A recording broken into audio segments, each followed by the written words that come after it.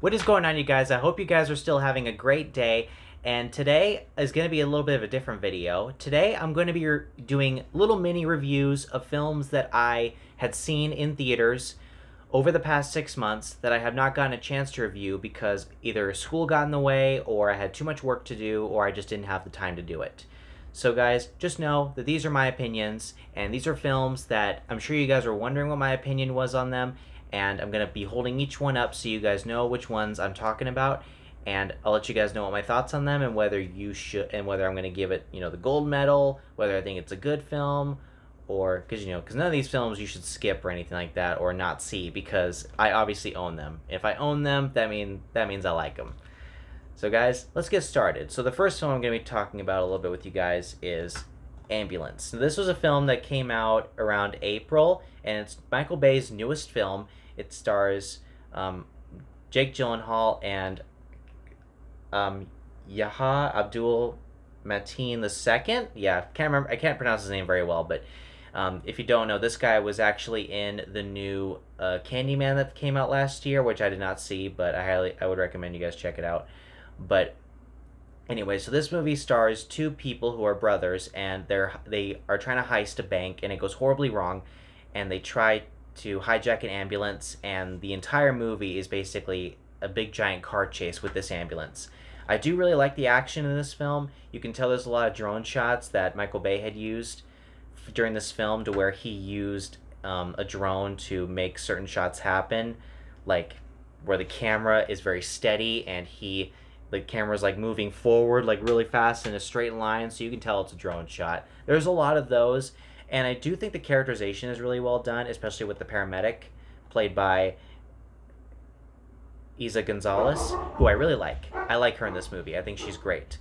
And also, I will say that Jake Gyllenhaal's character was probably the funniest character in the whole movie, because the way he kind of overreacts at times, and the way he kind of breaks out and just like goes a little bit psychologically nuts, I think was kind of funny in the film, and it made the movie even more watchable for me. Some people might find it very annoying, but if anything, I kind of enjoyed it. So if anything, I would highly recommend you guys check this out, and I do think this is Michael Bay's second best film behind The Rock. If you guys have not seen The Rock, I would highly recommend you do. Sean Connery, Nicolas Cage, great movie. This is one of Michael Bay's best films in my opinion, so I highly recommend you guys see this. Okay, this next film I'm going to talk to you guys about might be everyone's favorite film of the year, if I'm not mistaken, and I really enjoyed this film when I saw it, and that is The Batman. Yep, I like this. I like this movie. I'm not even a DC Comics fan or a Batman fan, although I do like the new Suicide Squad that came out last year, and I love Joker, the new Joker that we got, and I do really enjoy this film, and I do like the Dark Knight trilogy that we got. But this might be the best Batman we have ever gotten, in my opinion. I think Robert Pattinson as the Batman, as Bruce Wayne, is amazing. He's the best Batman we've ever gotten. I love the character of Riddler, played by Paul Dano. I think he's a great character in this movie. I think that he is very psychologically damaged and very mysterious, because now I'm going to say something about this film that some people might be a little bit confused by, just so you know when I do future reviews.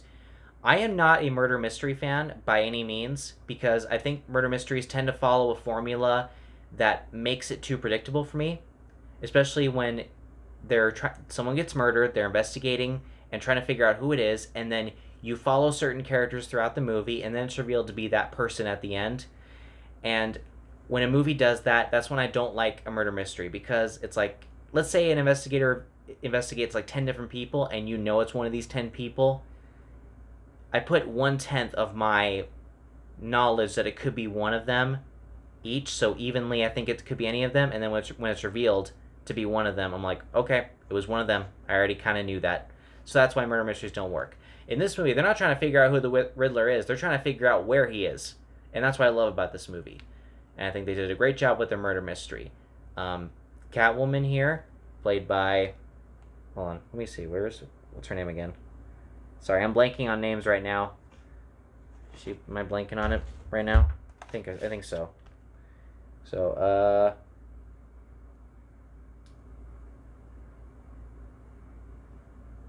crap. Zoe Kravitz. Okay, yeah, Zoe Kravitz. Yeah, that's it. That's it. I had to look at it. But anyways, this is definitely my second favorite film of the year so far, behind another film that I'm going to be talking about with you guys very soon. I really enjoyed this movie. Now, some people might say that the runtime is a little bit too long, and I can agree with that because I do think the runtime is a little bit too long for me, 2 hours and 50 minutes. But I can definitely sit down and watch this once in a while. I've already seen it twice. I think it holds up very well. I think the characters are great. The atmosphere of Gotham City, I genuinely thought Gotham City was scary. Like, this made it a very scary place to be, whereas the Dark Knight trilogy made it like an average city. This one makes it feel like it's kind of a horror film. And that's what I love about it. And also, you can't go wrong, but the Batmobile in this movie, right there, you can see it. The best Batmobile we've ever gotten. And actually, you know what? I think the Tumbler is better in the Dark Knight trilogy, but this Batmobile is very close second for me. Love it. Definitely check this out, and definitely, this is worthy of being on your shelf, so go get it. The next film I'm going to talk about is a film you guys may not have expected me to have liked or have ended up here, and that is Jackass Forever. I enjoyed the Jackass movies. In case you guys do not know, I think they get better as they go along and more intense, and I think this one is so far the best one. It's either this or Jackass 3, but this film is easily the best one and the most intense and the funniest. And people were saying for reviews that this movie is the film that could save us after the whole COVID-19 pandemic, because we all need a good laugh once in a while, and I think this was the perfect film to come out, especially after COVID-19 had kind of dipped down a little bit to where we're no longer too worried about it anymore, but we still need that caution, and this film definitely did that for us. I love the characters in this movie. I always think the stunts they're either cringy, they're disgusting, or they hurt real bad. Like, you feel every injury they get.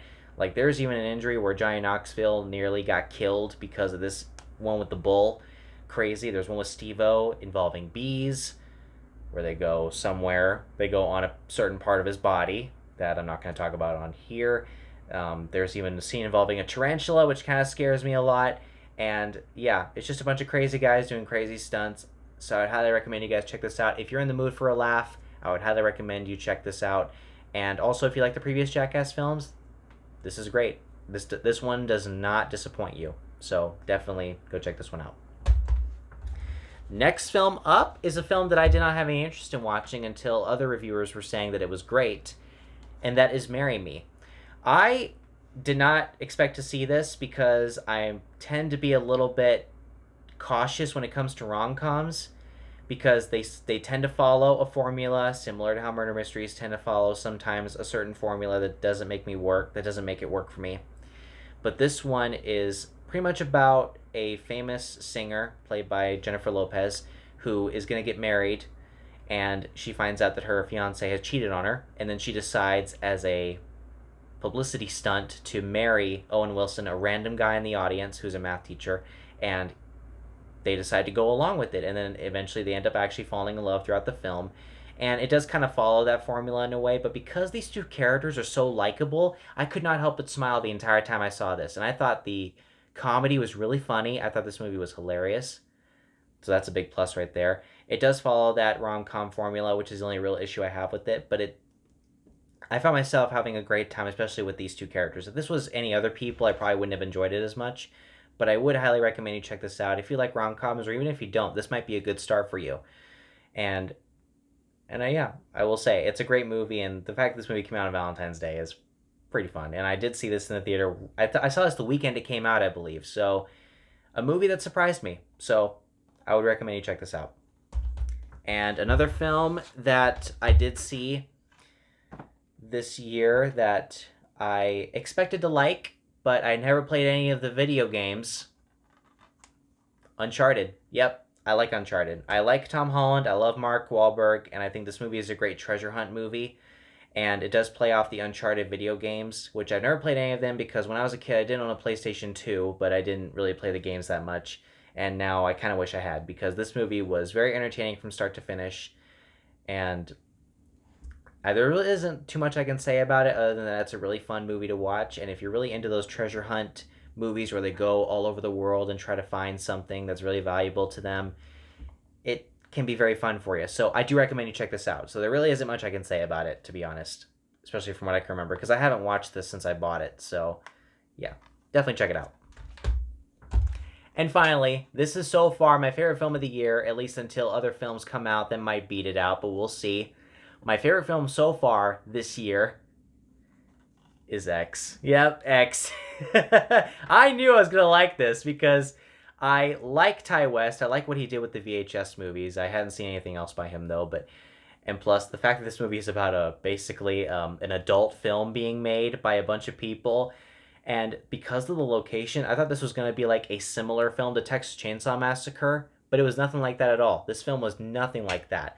This film had really funny humor in it. I was laughing at a lot of points during this film, and I felt the characters, especially Mia Goth, who right here on the front cover, I thought everybody was great. I actually liked these characters. I wanted them to survive in the situation that they were in. I thought they were great. Like, it wasn't trying to be cheap. It wasn't trying to be low budget. It was like Ty West was actually trying to tell a story with this, and I like what he did with it.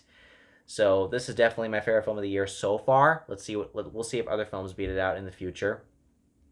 And I would highly recommend you guys check this movie out again, because I obviously own it. I think it's great. I think the humor is very good. I think the horror aspect is really good, especially because this is like a slasher. And if you like Texas Chainsaw Massacre, this kind of has the same vibes because it takes place in Texas. They're driving a minivan. And yeah, I just got the same vibes from it. So definitely my favorite film of the year so far. Highly recommend you check it out. And there's two other films I'm going to talk about with you guys that I have seen this year that I remember pretty well, that I don't own yet because they haven't come out on Blu-ray yet, so I don't own a physical copy of them. But the first one I'm going to be talking about with you guys is Everything Everywhere All at Once. So this was that really crazy sci-fi multiple parallel universe movie about this woman who's trying to better her life, and she ends up going through many parallel universes, and it's one of the funniest films I've seen of the whole year. I thought it was hilarious from start to finish. It gets very trippy, especially when they're going into multiple universes, like where she has to change something about herself in order to unlock a parallel version of herself. Like, there's a scene, like, if you guys don't remember, if you guys have seen the Indiana Jones movies, if you've seen Temple of Doom, you know the little kid who plays Short Round, you know that he's back in this movie, because he was in the Goonies, and then he starred in the Goonies, I think, and I don't know if that was him from Indiana Jones. I could be wrong. Correct me if I'm wrong on that one, but anyway, this was actually his first film since the Goonies, and I think he did really well here for his acting ability, and I do think that the humor, especially when they try to unlock parallel versions of themselves, was really funny. Like, there's a scene involving an award that Jamie Lee Curtis, who played a really crazy role in this movie. This was probably the craziest and most insane role I've ever seen by her. I thought it was nuts. I did not expect it from her at all, especially at her age, because she's like in her 60s right now. Did not expect this from her. So if you have not seen this movie, definitely do, because you're not going to be disappointed with it. You're probably going to think it's too trippy, but it was definitely worth the watch in the end. So yeah, there's there's a scene where he has to eat like chapstick to unlock a part of himself. He has to get paper cuts in between his fingers, and I was like, oh, stop doing that. And so yeah, so definitely a trippy movie. I highly recommend you guys go out and get it. So definitely check it out. And the last film I'm going to talk about is probably what many people are calling one of the best films of the year, and that is Top Gun Maverick. Now, this film I had zero interest in watching throughout the year. Zero interest. And the only reason I saw it was because my two favorite critics out there, by the names of Cody Leach and Chris Stuckman, both said that it was one of the best films they had seen, not only of the year, but of their lives. And I could not agree more with how much I love this movie. Now, I have no huge... I don't really have a lot of nostalgia for the original Top Gun, but I do own it, because why not? Why not own it?